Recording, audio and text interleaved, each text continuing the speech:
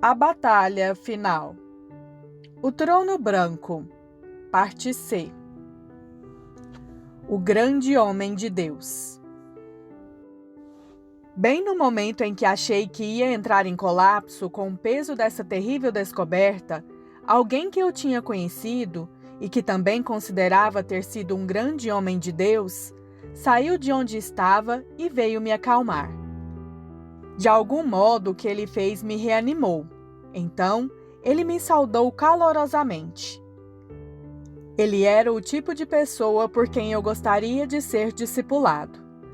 Quando eu o conheci, não nos afinamos muito, como chegou a acontecer com muitos outros de quem eu tentei me aproximar para aprender. Eu o irritava e ele acabou por me despedir. Por muitos anos me senti culpado por isso, achando que eu tinha perdido uma grande oportunidade por causa de alguma falha em meu caráter. Embora eu tivesse conseguido eliminar aquilo da minha mente, eu ainda carregava o peso daquele fracasso. Quando eu o vi, tudo subiu à tona e fiquei com enjoo. Agora ele tinha uma aparência tão nobre que me senti ainda mais repelido e embaraçado, por causa da minha triste condição. O que eu queria era me esconder dele, mas não tinha como evitá-lo aqui. Para minha surpresa, o calor que ele demonstrava para comigo era tão genuíno que logo ele me desarmou. Parecia não haver barreira alguma entre nós. De fato, o amor que eu senti vindo dele quase me levou à inconsciência. Eu vinha esperando ansiosamente por este momento de encontrá-lo, disse ele. Você queria se encontrar comigo? Perguntei. Por quê? Você é um dentre muitos com quem espero me encontrar. Eu não tinha entendimento até o meu julgamento de que você era um daqueles a quem eu fui chamado para mudar, para disciplinar, mas que rejeitei. Mas, Senhor, protestei, teria sido para mim uma grande honra ter sido discipulado pelo Senhor. Eu sou muito grato pelo tempo que de fato o Senhor me deu, mas eu fui tão arrogante que fiz por merecer a sua rejeição. Sei que a minha rebelião e o meu orgulho me impediram de ter um verdadeiro pai espiritual. Isso não foi um erro seu, mas sim meu. É verdade, disse ele, que você era orgulhoso, mas não foi por isso que me senti ofendido por você. O que me fez ficar ofendido foi a minha insegurança que me fazia querer controlar a todos ao meu redor. Sentia-me ofendido porque você não aceitava tudo o que eu dizia, sem questionar. Procurei então achar em você alguma coisa errada que justificasse rejeitá-lo. Eu sentia que, como eu não conseguia controlá-lo, um dia você acabaria trazendo problemas a mim e ao meu ministério. Eu estimava o meu ministério mais do que as pessoas para quem o meu ministério me havia sido dado, e assim você foi descartado por mim, tal como aconteceu com muitos outros. Por vezes, tenho que admitir, cheguei a pensar que o Senhor tinha se tornado Parei um tanto embaraçado pelo que estava prestes a dizer. Mas é isso mesmo, disse ele com uma sinceridade que é desconhecida na terra. A mim me foi dada a graça de ser um pai espiritual, mas exerci pessimamente esta função. Todos os filhos são rebeldes. Eles são voltados para si mesmos e pensam que o mundo gira em torno deles. É por isso que eles necessitam de pais para criá-los.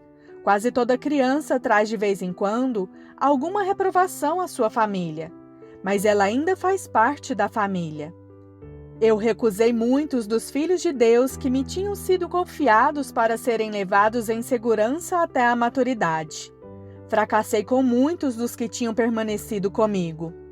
Muitos deles tiveram terríveis ferimentos e fracassos que poderiam ter sido evitados com a minha ajuda. Muitos deles agora são prisioneiros do inimigo. Eu cheguei a construir uma grande organização e tinha uma considerável influência na igreja. Mas as maiores dádivas que o Senhor me confiou tinham sido aqueles que me foram enviados para serem discipulados, muitos dos quais eu rejeitei. Não tivesse eu sido voltado para mim mesmo, Preocupado com a minha própria reputação, eu teria sido um rei aqui. O meu chamado era para sentar-me em um dos tronos de maior importância. Tudo o que você já fez e ainda fará teria sido creditado à minha conta celestial também. Em vez disso, muitas coisas que receberam minha atenção, na verdade, tinham uma importância muito pequena perante a eternidade. Mas o que o Senhor fez foi algo impressionante, interrompi. O que parece ser bom na terra é aqui bem diferente. O que o tornaria um rei na terra, aqui muitas vezes seria uma pedra de tropeço que impediria você de se tornar rei. O que faria de você aqui um rei é algo desprezível e não desejado na terra. Eu fracassei em algumas das maiores provas e diante de algumas das maiores oportunidades que me foram dadas, uma das quais foi você. Você me perdoa? Claro que perdoo, disse um tanto embaraçado. Mas eu também tenho necessidade que o Senhor me perdoe. Ainda acho que fui eu que criei problemas e que foi por causa da minha rebeldia que o Senhor acabou ficando em uma situação difícil. Na realidade, eu também impedi de alguns se aproximarem de mim pelas mesmas razões pelas quais o Senhor não me quis comigo. É verdade que você não era perfeito. Eu pude discernir alguns de seus problemas rapidamente. Mas isso não era razão para rejeitar alguém. Nosso Senhor não rejeitou o mundo quando viu seus erros. Ele não me rejeitou quando viu o meu pecado. Ele deu a sua vida por nós. É sempre o maior quem tem que dar a vida pelo menor. Eu era mais maduro. Eu tinha mais autoridade do que você. Mas tornei-me como um dos bodes da parábola. Eu rejeitei o Senhor por ter rejeitado você e os outros que ele me havia enviado. Enquanto ele falava, suas palavras me atingiam profundamente. Eu também me sentia culpado de tudo o que ele tinha mencionado. Muitos jovens que eu tinha desprezado por achar que não eram assim, tão importantes para dar-lhes o meu tempo, agora passavam pela minha mente. Senti um desejo quase incontrolável de voltar a reuni-los todos. O pesar que passei a sentir era ainda pior do que o que eu tinha sentido com respeito a ter desperdiçado o meu tempo. O que eu tinha desperdiçado eram pessoas. Quantos deles agora eram prisioneiros do inimigo, tendo sido feridos e capturados durante a batalha na montanha? Toda essa batalha tinha em vista as pessoas, e contudo, as pessoas eram muitas vezes consideradas como os menos importantes. Dispomos-nos a lutar pelas verdades muito mais do que pelas pessoas para quem essas verdades foram dadas. Dispomos-nos a lutar por ministérios, ao mesmo tempo em que não damos atenção às pessoas que deles fazem parte. E muitos pensam que eu sou um líder espiritual. Na verdade, sou o menor de todos os santos. Pensei em voz alta. O reformador e sua esposa. Compreendo como você se sente, observou outro homem. Reconheci-o como sendo uma pessoa que eu tinha em conta como sendo um dos maiores líderes cristãos de todos os tempos. Ele continuou.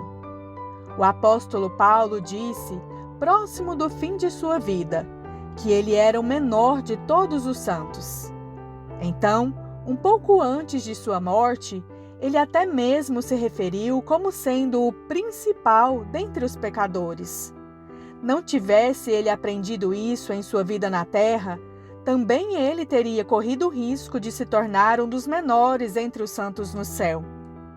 Mas por ter aprendido isso na terra, agora ele é um dos que mais perto estão do Senhor, e estará em um dos postos mais elevados por toda a eternidade.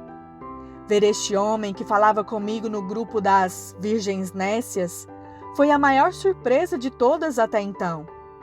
Não posso crer que também você é um dos tolos que desperdiçou a vida na terra. Por que você está aqui? Estou aqui porque cometi um dos erros mais graves que se pode cometer quando se recebe a missão de proclamar o glorioso Evangelho do nosso Salvador. Assim como o apóstolo Paulo iniciou considerando-se não inferior aos grandes apóstolos, mas chegando ao fim de sua vida, a ter-se como o maior dos pecadores, eu fui na minha vida em sentido contrário a isso. Comecei sabendo ter sido um dentre os maiores pecadores, que tinha encontrado a graça, mas que terminou pensando ser um dos grandes apóstolos. Foi tudo por causa do meu grande orgulho, e não pela insegurança, como aconteceu com aquele nosso amigo que aqui também está, que eu passei a atacar a quem quer que não visse as coisas do jeito que eu via. Os que me seguiram, eu os despi de seus chamados, e até mesmo de suas personalidades, pressionando-os a se tornarem parecidos comigo. Ninguém à minha volta poderia ter uma personalidade própria, e ninguém ousava me questionar a respeito, porque eu o esmiuçava por completo. Eu pensava que por diminuir os outros, eu me engrandecia. Pensava que deveria fazer o papel do Espírito Santo para todos eles. Aparentemente, o meu ministério tinha a imagem de uma máquina perfeita, em que todos estavam em unidade e em que havia uma perfeita ordem, mas era a ordem que há em um campo de concentração. Eu tomei os filhos que eram do Senhor e tornei-os como autômatos em minha própria imagem, em vez da dele. Por fim, eu nem mesmo estava mais servindo ao Senhor, mas servia ao ídolo que tinha construído em mim mesmo. No fim da minha vida, na verdade, eu era um inimigo do verdadeiro Evangelho, pelo menos na prática, embora meus ensinamentos e meus escritos parecessem ser impecavelmente bíblicos. Isso foi tão estarrecedor vindo de quem tinha vindo, que eu considerei se cada pessoa com quem eu me encontrasse aqui teria o propósito de me chocar de forma mais intensa do que a anterior. Se é verdade que você se tornou um inimigo do Evangelho, como é que você ainda está aqui? Perguntei. Pela graça de Deus, eu confiei na cruz para a minha própria salvação, muito embora tenha feito com que outros não a encontrassem, levando-os para mim mesmo e não para o Senhor. Mesmo assim, o bendito Salvador permanece fiel para conosco, mesmo quando somos infiéis. Foi ainda por sua graça que o Senhor me trouxe da terra antes do que deveria ter sido, somente para que aqueles que tinham estado comigo pudessem encontrá-lo e chegassem a conhecê-lo. Eu não poderia ter ficado mais pasmo do que fiquei ao pensar que tudo isso era verdade com respeito àquele homem em particular. A história nos tem dado uma imagem bem diferente dele. Captando o que se passava em minha mente, ele prosseguiu. Deus tem toda uma coleção de livros históricos bem diferentes dos que estão na Terra. Você acaba de ter o vislumbre disso, mas você ainda não sabe quão diferente eles são. As histórias terrenas passarão, mas os livros que são guardados aqui durarão por todo o sempre. Certamente você é abençoado se você pode se alegrar como no céu está sendo registrada a sua vida. Os homens veem através de uma lente escura, de forma que suas histórias sempre estarão nubladas e, às vezes, completamente erradas. Como foi então que muitos outros líderes o admiraram tanto? Questionei, ainda um tanto perturbado com o que eu estava ouvindo. Bem poucos mesmo, são os cristãos que têm o verdadeiro dom de discernimento. Sem este dom, é impossível discernir com precisão a verdade nas pessoas do presente ou do passado. Mesmo com este dom, ainda é difícil. Antes de você chegar aqui e ser despido, você estará sempre julgando os outros através dos preconceitos distorcidos, tanto positivos como negativos. É por isso que fomos advertidos a não julgarmos antes do tempo. Até que tenhamos chegado aqui, simplesmente não temos como saber o que está no coração dos outros e se eles estão executando boas ou más obras. Houve bons motivos até mesmo nos piores homens, e maus motivos até mesmo nos melhores. Somente aqui os homens podem ser julgados com base tanto em suas obras como em seus motivos. Quando eu voltar para a terra, terei condições de discernir a história corretamente, porque estive aqui? Você está aqui porque você orou ao Senhor que o julgasse com severidade e que o corrigisse impiedosamente, de forma que você passasse a servi-lo com uma perfeição maior. Esse foi um dos pedidos mais sábios que você fez em sua vida. Os sábios julgam-se a si mesmos para que não sejam julgados. Os que são ainda mais sábios pedem que o Senhor os julgue, por reconhecerem que eles mesmos não podem se julgar a si mesmos muito bem. Tendo vindo aqui, você vai voltar com muito mais sabedoria e com muito mais discernimento. Mas na terra, você estará sempre vendo através de uma lente escura, pelo menos em algum grau. A sua experiência aqui vai ajudá-lo a conhecer melhor os homens. Mas somente quando você estiver para sempre aqui, é que você os conhecerá totalmente. Quando você voltar, você sairá bem mais impressionado com um pouco que você conhece acerca dos homens, e não mais com a ideia de quão bem você os conhece. Isso também é verdade com respeito às histórias dos homens. Foi-me dada a permissão de falar com você, porque de certa forma eu o discipulei através de meus escritos. E o fato de você saber a verdade a meu respeito lhe trará alguma contribuição, concluiu o famoso reformador. Então uma mulher avançou em minha direção, alguém que eu não conhecia. Sua beleza e sua graça eram de chamar a atenção, mas ela não era nada sensual ou sedutora, de forma alguma. Continua.